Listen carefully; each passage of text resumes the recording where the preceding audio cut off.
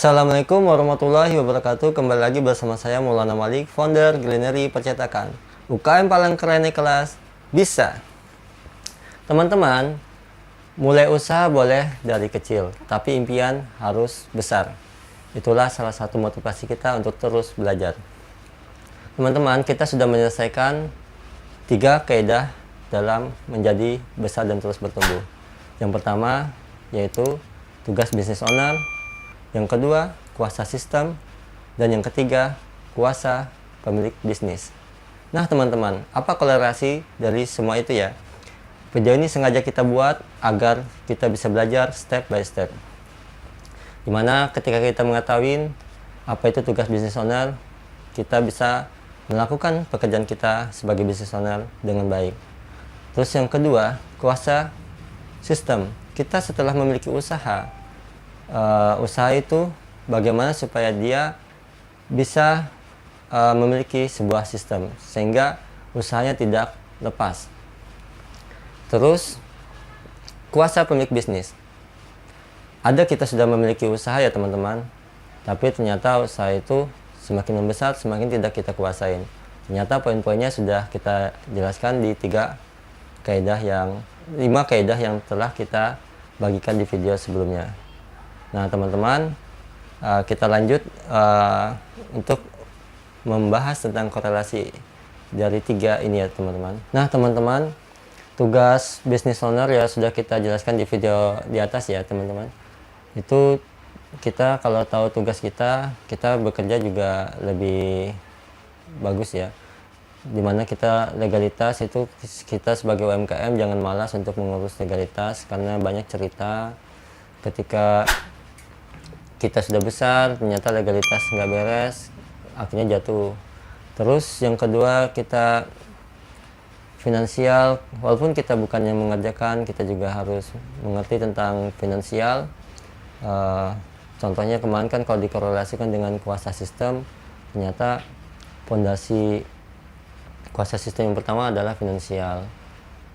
Terus yang kedua, kuasa bisnis owner juga di uang, seperti itu. Jadi teman-teman, sering kan kita kalau masih belum ada pembukuan, nggak apa-apa lah, yang penting ada sisanya nanti untuk kita makan. Jadi usahanya yang penting jalan aja, ada sisanya, ada hasilnya. Itu sama aja seperti kita tidak menguasai tentang finansial ya teman-teman. Walaupun pencatatannya sederhana, tidak mesti harus rumit sesuai dengan kemampuan kita, tapi harus memang kita menguasai finansial. Nah teman-teman, sama juga dengan ini, waktu kita belajar tentang tugas business owner yaitu SDM ya teman-teman. SDM itu adalah tugas kita, dimana waktu kita merintis usaha mungkin kita masih sendiri, terus kita bikin memiliki karyawan, kita gaji dengan kemampuan kita. Nah di kuasa sistem kita belajar lagi tentang membentuk peraturan-peraturan dalam SDM itu, bagaimana supaya bisa mempertahankan dan membuat layak seperti ya, dan kita bisa memiliki SDM yang berkualitas.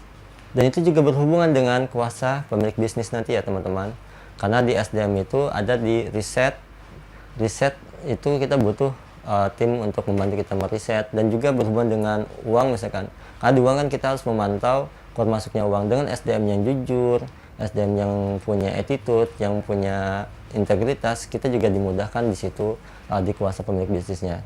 Jadi semuanya berhubungan ya teman-teman. Nah yang tugas business owner yang keempat yaitu riset ya teman-teman, itu juga punya korelasi dengan kuasa sistem dan kuasa pemilik bisnis, dimana di situ kita sebagai business owner kita sering meriset. Yang biasanya kita lakukan itu riset pasar, riset lokasi, dan riset harga, seperti itu ya.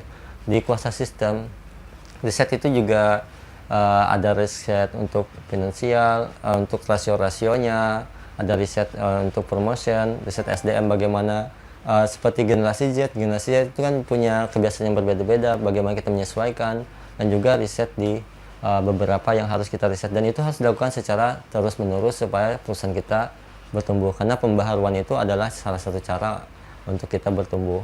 Dan juga di sisi kuasa pemilik bisnis, riset yang sudah kita lakukan dengan susah payah, kita pikirkan dengan sumber daya yang kita keluarkan, itu bagaimana supaya jangan bocor. bagaimana itu jangan mudah terbuka keluar seperti itu ya sebagai kuasa pemilik bisnis. Jadi saya pernah baca sebuah buku teman-teman, riset dari Honda ya waktu itu ya. Jadi mereka waktu itu masih rame mobil yang untuk dipakai di off-road gitu ya, besar. Tapi mereka sudah meriset nanti ke depan akan muncul pemuda-pemuda yang cepat mapan. Akhirnya mereka butuh cepat punya rumah dan cepat punya kebutuhan dan butuh mobil yang kecil. Sehingga mereka menciptakan mobil kecil dan mereka karena risetnya rahasianya terjaga, mereka bisa menikmati keuntungan hampir 2 tahun lebih. Seperti itu ya teman-teman. Jadi korelasinya ada semua dari kuasa pemilik bisnis dan kuasa sistem juga tugas pemilik bisnis terhadap riset ini. Nah juga tugas bisnis owner yang kelima yaitu produk ya teman-teman ya. Sampai waktu itu Bang Sata itu bilang kalau seandainya mencium baunya aja kita sudah tahu, misalnya kita bikin sebuah pentol ya, kita cium baunya kita sudah tahu itu apa, dagingnya sekian, tepungnya sekian kayak gitu, saking kita menguasai produk seperti itu. Itu juga di kuasa sistem teman-teman ada kita pelajarin itu di daily operational dan stock. Daily operational bagaimana supaya kita bisa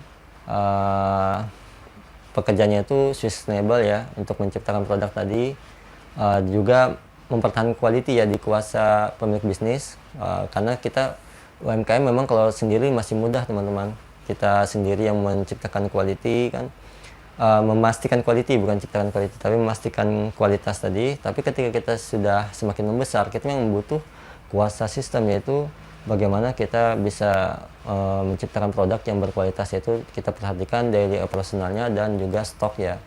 Kita mau membumingkan sebuah produk ternyata kita tidak memperhatikan tentang siklus ininya bahan baku, distribusi segala yang ternyata membuat stok kita itu tidak mumpuni untuk menangkap nanti dalam keadaan proyek besar seperti itu teman-teman.